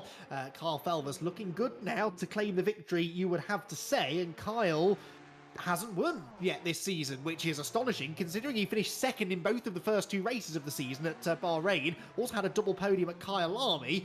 He hasn't had any other top 5 finishes until, well, apart from Watkins Glen, I suppose, last time out where he finished 4th. So only the 4 podiums and no race wins yet for Kyle Felvis, but he's 5 seconds up the road this time around. Taylor 2nd, Laramie 3rd, Martin 4th, and then this battle for 5th. Ethan Hill, Elliot Dalton-Ayres, and again, Jack, Eric Axelson's pace has dropped off in the second half of the race, so certain drivers really struggling to keep even the medium tyres underneath them.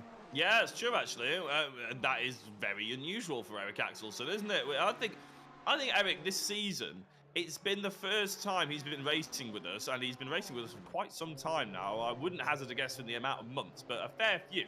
That really, I've seen an inconsistency between him and the car. Not sure if it's the track or Not sure if it's the practice he's been able to put in or something like that, but you know, when he turns up, say in the Mazdas or the Civics or anything like that, as Dalton Ayres gets up the inside of Ethan Hill, who I think had a little bit of a snap oversteer. Am I right, Andy? Yeah, I think he did, or well, certainly did there, didn't he? Going through the penultimate corner, and that will now hand another place to Axelsen. That's significant, really, though, because Derek Axelsen gets a bit of a freebie there and didn't have to work too hard for it. So now we've got Martin, Dalton Ayres, and Axelsen all into the top half dozen, but reasonably well separated for the time being. Back to Paul Laramie in third, who still is not being dropped by Nicky Taylor. And isn't really being caught by Josh Martin either. I don't know whether Josh has had a moment somewhere, but on that lap, look, 1.3 seconds slower than these two. I suspect he may have had a moment. Yeah, and that might be the saving grace that Paul Laramie needs, really, because Josh is flying. He's showing more pace, well, more race pace anyway, that we've seen out of him in qualifying or the first race at all. I mean, I know he was getting beaten up in the first race, of course, but it's a really, really quick turn of affairs for Josh Martin, considering he didn't even start anywhere near the front. He finished a lap down in race one. That meant he started right at the back of the field, if you need reminding Josh Martin fans out there. I'm sure you don't. And then to charge up to fourth place is really rather impressive indeed. And we do have to start thinking about driver of the round. That sort of performance makes a bit of a strong case for driver of the round, but is race one probably counteracted? Yeah, I'm trying to remember whether we have... No, we haven't given it to Josh yet, actually. Eric Axelsen, Oliver Gibson, Elliot Dalton Ayres, Carl Felvis and Reese Bell have all... received the Driver of the Round award so far. Oh, Nicky Taylor side. I'll tell you what, Paul Laramie hasn't received it yet either, though, and I know that he's had a really, really good second race. He did struggle a bit in race one, I suppose. It's been one of those nights, hasn't it, really, where everyone's been a touch inconsistent, really, and so I don't want to use the phrase picking the best of a bad bunch, because they're all far better drivers than me. Oh, dear. Now, that was Joel Lask sliding. Did you see the other car that was exiting shot at the time that he was sliding there, Jack? I did. It looked very similar to Joel Lask, shall we say? It? Yeah. There was an incident earlier on as well where I saw Joel Lask falling down. We didn't see the incident. We just saw him recovering the incident. And I noticed on the timing screen on the left-hand side, the other BMW was also falling down the timing screen, but just not quite as badly. I don't want to suggest anything, but Scott Bugner did say that the gloves were off. Well, he did, yes, and that the teamwork ended at Nürburgring last round, so we shouldn't be that surprised, I suppose, but that was, a little bit awkward if they have made contact again. Scott Bugner having a race that has unravelled, rather, and, well, Joel's race was never really ravelled to start with, if that's even a word. He has recovered to 10th and actually would have been well inside the top 10 until that latest little drama. Right, we have one more lap, I think, at the end of this one. Yes, because they're into the final sector now, so should just about have time for one more. This will be a 13-lap race then, with Carl Felvis 5 seconds up the road from Nicky Taylor. Paul Laramie just dropping away from him slightly, being caught by Josh Martin slightly, but actually Josh Martin's being caught more quickly by Dalton Ayres and Axelsen than he is catching Paul Laramie. So yet again, I think the intrigue in this final lap is going to be centred more around the championship contenders than the top three. Yeah, well, that's credit to Kyle Felvis and Nicky Taylor, I would say, more than anything, isn't it? They've charged through the order as well. I mean, let's not forget Kyle was third in race one. That means he started on the third to last row of the grid, I think, with all things considered. And he's done a great job of getting up the order. And considering he did a fantastic race one start and then he had to do it again because we had to restart everything, very impressive indeed for this evening from Kyle Felvis. Scott Bugner getting past Reese Bell there, who decided to go the long way round the outside of the final corner. Still got a half-decent drive out of it. Maybe that weight on the BMW not helping Scott Bugner whatsoever, but this is the fight for 8th position. Can the Aston Martin outbrake the BMW? Into the first corner they go, and no, I think the Aston is going to have to give that one up. Maybe get a cutback opportunity, Andy, but it looks like Scott's held on to that one. But Reese doesn't back out of these battles now, does he? And not that he ever did necessarily. I suppose we haven't seen him fighting with our championship frontrunners that often until recently, but he really doesn't back down from the fight. And Scott Bugner bouncing over the curbs there through turn 3.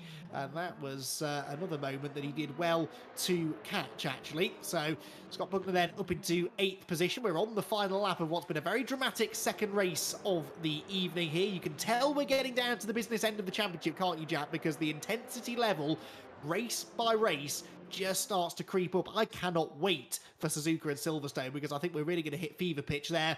This man is not going to be a championship contender, but he is at least it would seem, about to wrap up his first victory of the season, and in commanding fashion as well. Had to come through from deep in the field after his podium finish in race number 1, but Kyle Felvers has driven like the veteran that he isn't, really. Still the youngest driver on the grid is Kyle Felvers, but one of the fastest, that's for sure, and he's proven that again here tonight. Kyle Felvers comes across the start-finish line, he sees the checkered flag, and he will win the second race of the night here at Fuji in the Cammus Simulation GTV3 Championship, his first victory of the season so far, and adds his name to a list that is already 6 drivers long of people who have tasted victory this season. Nicky Taylor second, Paul Laramie third, and Josh Martin the best of the championship contenders in 4.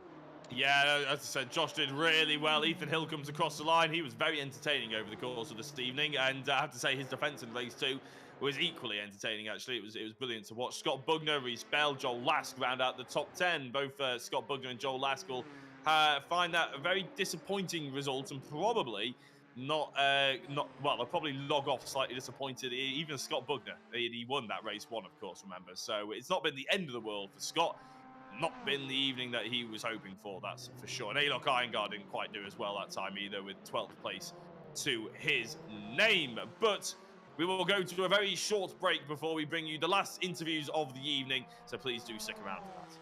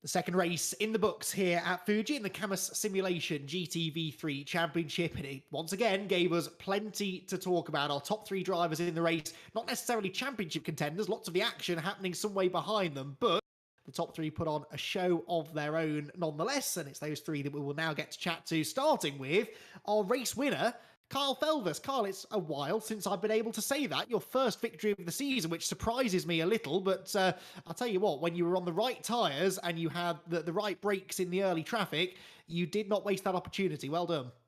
Yeah, thank you. It was a good race. Those mediums definitely suited the car around here a lot more. I think with reverse grid, if you can use softs in first race, but they sort of go off towards the end, you definitely have to go mediums because you're doing a lot more battling and you've got to try and get round people. So mediums was definitely the way, and that really helped. Talk us through some of that battling there in the early stages, because as often is the case with our race 2 winner, we tend to not talk about them in the first few laps. They just appear near the front, which is kind of what seemed to happen to you. I'm sure it wasn't quite that easy from the driver's seat. So what was your view of the first lap or so? Yeah, I think first lap I went into turn 1 very cautious. Sort of had slight contact with Alok because he had contact with someone else. So it was really hard to avoid that. And then coming down towards the chicane, I think someone slightly missed their braking point, and I know that the outside of the chicane is always better because you get the inside for the next little bit. So I went to the outside, and then someone missed their braking point and tagged someone else round, so I just managed to go around the outside of all of that and ended up in 3rd place behind Nicky and Paul. And then, I got past Nicky. He sort of let me pass. We decided that we were going to try and push on together and that I had slightly more pace, and Ethan hats off to him because he did a brilliant job defending for the first half of the race for us. It's been an interesting kind of season for you, hasn't it, Carl? Started off so well with 2 second places at Bahrain. You had a double podium at Kyle Army a few weeks ago as well. Why do you think it is that it's taken until now to get that first win, though? Because we all had high hopes. I know you did as well, coming back into rear wheel drive, GT cars. This is your forte.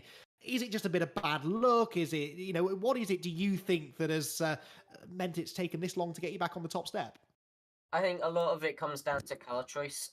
Some people are having better luck with their car on curbs and in corners, and then we have better luck down some straights and stuff. So I think it really depends on what track and what car you're in. Obviously, Elliot, like I wasn't here for Turkey, but you see him at Turkey, he won both races there. So obviously his car was amazing there, and then the Corvettes won both races at Bahrain. So I think it's mainly down to car. And then obviously the driver helps as well, but I think you've just got to try your best and hope for luck.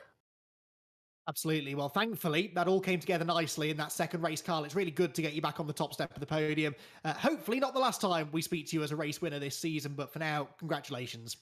Thanks, Andy. Carl Felbus wraps up a really strong night. Another double podium. When he gets one podium, he seems to make a habit of getting a pair of them. But another driver, Jack, who we haven't really spoken to enough this season, is Nicky Taylor. But thankfully, you now have a chance to catch up with him. Yes, absolutely. Nicky, congratulations on the second place. And we just heard Kyle's rendition of how the events transpired for him. But tell us yours a little bit, because you didn't quite have the pace. That meant you had a little bit of a harder fight with third place Paul Laramie, of course. Talk us through it from your perspective. Porsche. I don't really know what to say, to be fair. I've just been. That is one of my most hard fought races I've had. So hats off to Paul and everyone. But genuinely, to make this car work for me, which I still haven't got at all, I just have to be pushing like 24/7, where there's sweat literally dripping off me. So I've now got sweat dripping off me. So like my sim seat is completely soaked, and it's a horrible sight here. But we eventually got there, and yeah, kind of just went through at the start and kind of like tried to stay on the outside, and then got a bit lucky with where we ended up. And then yeah, Ethan kind of went a bit wide, so went past him, and he wasn't really too much of a problem because he did roll over a little bit. But yeah, then as Kyle said, let him through because I could see he was quicker, and the rear wheel drive and me in this car just don't go on. Like I cannot get the grips of this car. I'm not liking it at all. So it's basically to a point of me where like I'm trying my best. My best is kind of it's there, but to bring this car to do well for me, I'm still not there, and I don't think the car suits my driving style. So I've got to see how it goes, but as of current, I don't think I can be pushing for regular podiums in this series at all. Well, I mean, getting on the podium then, you must be relatively pleased with how that went, considering everything you just said. So, what's that like? Sort of, is that a shift of momentum, do you think? Did you learn anything that you could take on? Because, of course, Suzuka is similar to Fuji. Not just saying that because they're in the same country, but there's lots of sort of long sweeping corners as well with that. Is that something that you can sort of think, or you can imagine maybe you can take some lessons through? Now, normally Suzuka's one of my favorite tracks, so we'll see how that goes. I don't think it'll go too well in this car, but we should be all right. So the momentum is good going into it, but it is just trying to figure out the car, like setups as well. Like normally in front wheel drive or whatever, or in most championships with me and Kyle, our setup is pretty much identical, and we pretty much like are the same speed. Whereas in this one, like my setup with Kyle, I basically gave Kyle my setup for the start of the race, or from like practice onwards, and then he tweaked it a little bit to make it less wing. So he's basically running no wing, and then yeah, his car just went like and was quicker. But I tried that setup beforehand, and I tried so many different things, and I got the car to the point where it felt most manageable. But yeah, Kyle's seeming to manage to wring the best out of this car, and I'm rear wheel drive ain't my favorite at the best of times, but I'm slowly progressing with becoming more and more viable to be in with a chance. Well, I was going to say, hopefully, maybe a lesson learned in the fact that next time in the practice servers before the championship starts, a few more laps in a varied different cars might end up solving this problem. But good luck for the next week and obviously the last 2 rounds. You never know, Nikki, we might be chatting to you again. Hopefully, I wanted the Aston, but I went with a team decision, and I can't like go against my decision because it was my decision at the end of the day. But yeah, thank you, and have a good night, everyone, for the rest of your night. Thank you very much. No worries. Good stuff. Well, someone who I think was a bit happy with their car in that race was our third place finisher, Paul Laramie, who is the latest in a long line of feel-good stories that we've had in the middle part of the season. Paul, great to have you on the podium.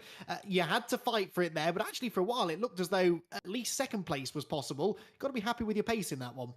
Yeah, really happy with it. I mean, I think it's the first time we've been on the podium outside of NASCAR, which has been really pleasing. The car, I've been getting more confident with the car throughout the series. I mean, last week at Watkins again made an error. It was all my own fault in the curbs in the second race from fourth. This one I was just trying to get consistency on the laps. I knew I don't have the outright pace in front of Garland, Nicky. I knew their lap times were quicker, but it was trying to keep consistent and try and stay behind Nicky and try and put some pressure on them to make a mistake. Felt like I was helped in the first half of the race with getting some space at the beginning, which cleared some air, and then it was just trying to get my head down and get some consistent lap times in. Absolutely. And yeah, a fantastic end result for you. These podium finishes, they are hard to come by, aren't they? And we had a similar conversation with Reese and Andy a week ago at Watkins Glen. When you do get up there, does that give you a real boost of confidence going into the next week? Like, oh yeah, I can do this. You know, when things go my way and I can avoid the first lap shenanigans, I've got the same pace as anyone. Do you feel a bit more confident now heading into the final 2 rounds because of that? Yeah, definitely. Like I say, it's been building across this championship. I think I've got on well with the Corvette. This race has given me the confidence in the next one to carry it on. I think in the getting time to practice to get enough laps in to which I've learned the circuit. But yeah, it's definitely a good confidence boost for the next one. How are you finding the Corvette then? A lot of talk about car choice in these post-race interviews. So I'd like to get your thoughts on the Corvette because it didn't actually look like, certainly if you look at Eric and Josh tonight, who are obviously their championship contenders, they've been winning races in those Corvettes this season. They seemed to be struggling. Is this a track where maybe the Corvette was slightly harder work from your perspective than other tracks? No, I found it more difficult Watkins getting because there's a couple of curbs that really you could hit it what felt like the same place each time. One time you'd carry it fine, next time it'd spin you around. Whereas here I found it reasonably consistent. I mean, I'm not a particularly leery driver. I don't tend to drift the car too much. I don't tend to wear the tyres out as much. So I find it it's fairly consistent throughout. I see it rode most of the curbs okay. There's a couple of curbs it didn't like, but as long as you avoided those, it was fairly reasonable. That's interesting to hear then. So obviously this was a track car combo you were gelling with particularly well. Your thoughts about Suzuka then? Is there another podium finish to be had at the other Japanese circuit that we visit? A very different challenge, of course, Suzuka. Very different challenge. Not one I don't think I've done it in a championship race. I think we did one as a wet fun race one evening a couple of years ago. So it's not a track I know particularly well. So I'm just trying to get some practice in the server in advance and get up to speed as quick as possible. Good stuff. Well, Paul, huge congratulations. A brilliant third place finish there. Your first podium of the season. Hopefully not the last. Well done. And we'll see you again next week. Thanks so much, both. Be soon. Paul Laramie then, third position. And I've remembered, we have another interview to conduct. Jack Oliphant is now able to catch up with our driver of the round because Jack, it wasn't one of our top 3 drivers. We've remembered to drag them in to have a chat with them and well worth doing so as well because it was a fantastic performance, wasn't it? Yeah, absolutely was. And yeah, we can remember to do something right once in a blue moon. But Elliot Dalton-Ayres, congratulations on driver of the round. It was a lot down to the fact that you started from the pit lane in that first race. You fought all the way into the top 5. And then that second race as well, you were constantly on our cameras, just giving us something to shout about left, right, and centre. You must be sweating more than Nicky Taylor right now. Yeah, probably. I mean, yeah, tonight just really wasn't my night, just with the ping and pit lane, and yeah, just a bit frustrated after all that. But good to get to 5th places and stay into the championship fight. Well, I was going to say, championship fight is really what we're talking to you mostly about these days, isn't it? Which is a nice turn of pace, I would say. That's exactly what you've got. And there's been a lot of talk about the different cars. We might as well touch on yours, because I believe you're one of the very few Fords out there. So, really, sort of what characteristics of the car is suiting you rather than maybe some of the cars that aren't suiting anybody else? Are you able to ride the curves a little bit better? Straight line speed? Are you confident under braking? What are the characteristics you're enjoying? Definitely that Ford can ride the curbs a lot better than other cars, and with putting the aero to 0, I was just flying down that straight. So if someone had a run, I didn't really need to defend unless they were really behind me. But yeah, just seems to suit me a lot better than some of the other cars, especially when I tested them in the at the Spa test things. So yeah, just. Ugh. Well, it was certainly very entertaining to watch you carve through the field there, Elliot, and you gave us plenty to shout about. I'm sure you will watch it back and turn your volume down, put it that way, on your headphones, because me and Andy really were shouting down the mic. So congratulations on that driver of the round, and I'm sure a second medal will be on its way down to you for the season. Thanks, Jack. Excellent stuff there from Elliot Dalton-Ayres, then our driver of the round for a second time this season. He's fast becoming Mr. Excitement of the VRRC grid. Well, some fantastic racing tonight then here at Fuji. What has it all done, though, to the championship? We spent a lot of time tonight talking about championship situations. Well, this is where we are at, and my word, you thought it was close coming into the night. Well, you ain't seen nothing yet. 8 points covering the top 4 drivers in the championship. Joel Lask retaining his lead, but it has come down now from 11 to 5 points over Eric Axelsen, who is perhaps now the only Mean Green Racing Team driver realistically in contention after Josh Martin's disappointing night here at Fuji. Eric 2 points ahead of Scott Bugner, who is 1 point ahead of Elliot Dalton-Ayres. Those perhaps realistically now the championship 4, because if you're going to try and argue that Josh Martin is still a contender, given the fact that he's 30 points back in the championship, that would be a long shot, but you would also have to then say that Carl Felvis and Nicky Taylor could do it, because they're both within 7 points now of the Corvette man, who did struggle somewhat tonight, it must be said. Oliver Gibson, 8th, despite his absence here tonight. That will be his drop score used up, and Reese Bell and Andy Carroll retain their top 10 positions, with Reese Bell outscoring Andy by 5 points tonight, and therefore extending his margin in 9th position. Very interesting stuff, Jack. Absolutely, yeah, and remember, the prizes are all the way down to 5th position, actually. So, yes, Yeah. we're fighting for Joel Lask's top spot at the current point between the top 4, but Carl Felvis, Nicky Taylor, and Josh Martin, there is still a prize to be won for 5th place. Now we're down at the VRRC Centre, which I know Carl Felvis has already gone down to have a visit, I think, for the Bahrain F1 watch-along, a practice a couple of weeks ago, so I'm sure he'd enjoy another trip down there, even if Adrian probably won't enjoy driving him all the way down there, because apparently it's about 2 hours away for him. But still, if there is still a prize to be won. And all that pride, remember, of course. But there is plenty more going on at VRRC as well. We're coming to the sharp end of this particular championship, but that doesn't mean that we stop the content there, ladies and gentlemen. There's plenty of other stuff that's on the horizon. The time attack, we're off to Monaco in the F4 car, and that is currently in transition. Yes, it is actually. Yeah, 6th to the 17th of March. It is the 8th of March, so that means we are currently in that window. We're having a fun race in the, is that a Radical that we're off to next time? That's next Tuesday.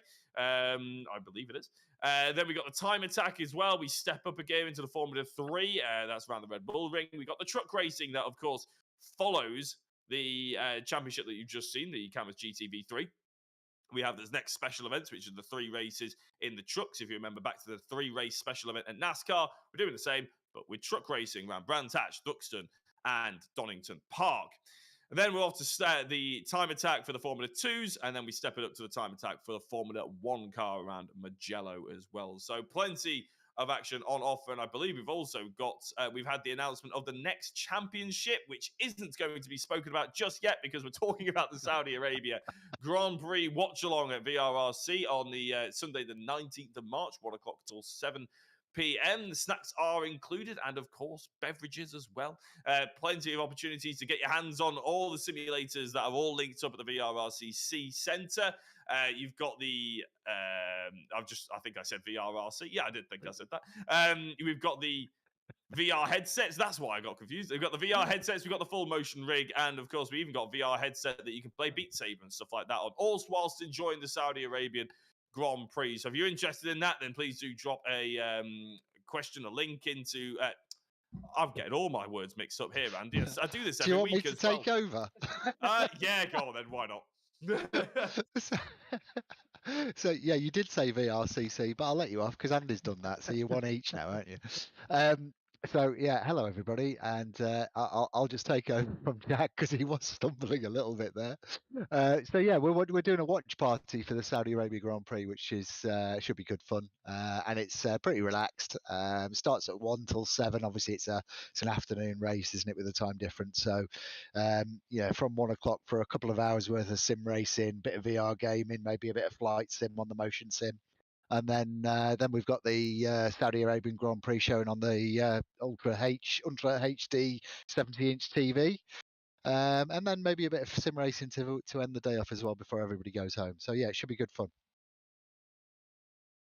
Yes, couldn't have said it better myself, and neither could Jack, as it turns out. So, yeah, after the really exciting Bahrain Grand Prix at the weekend, I'm sure you'll all want to get down to VRRC and take in the second round of the Formula 1 World Championship from Saudi Arabia.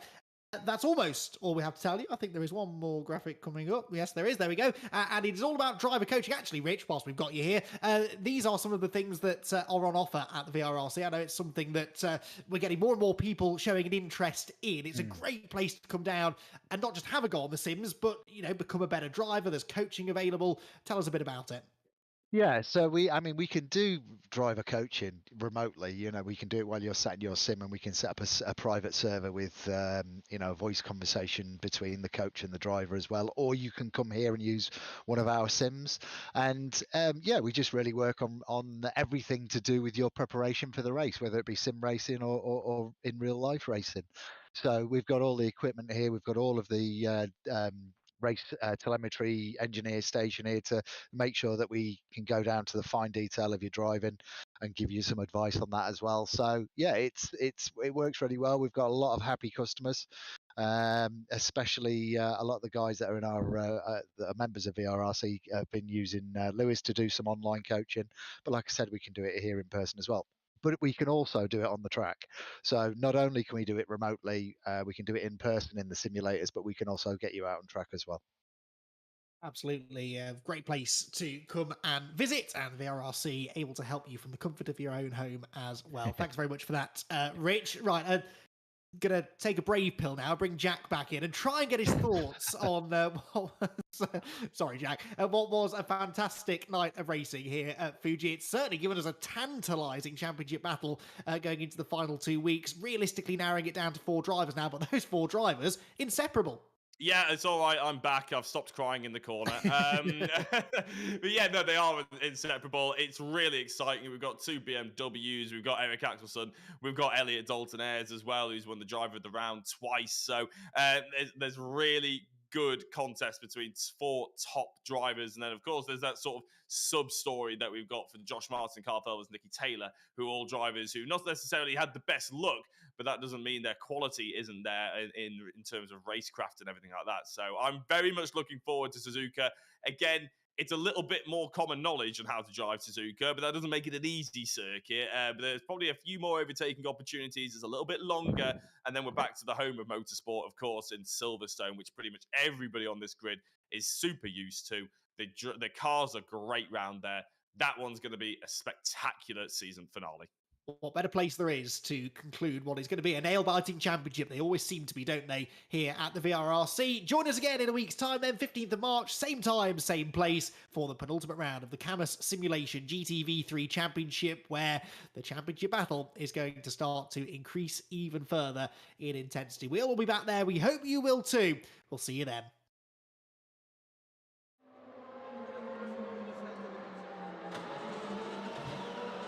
Woo!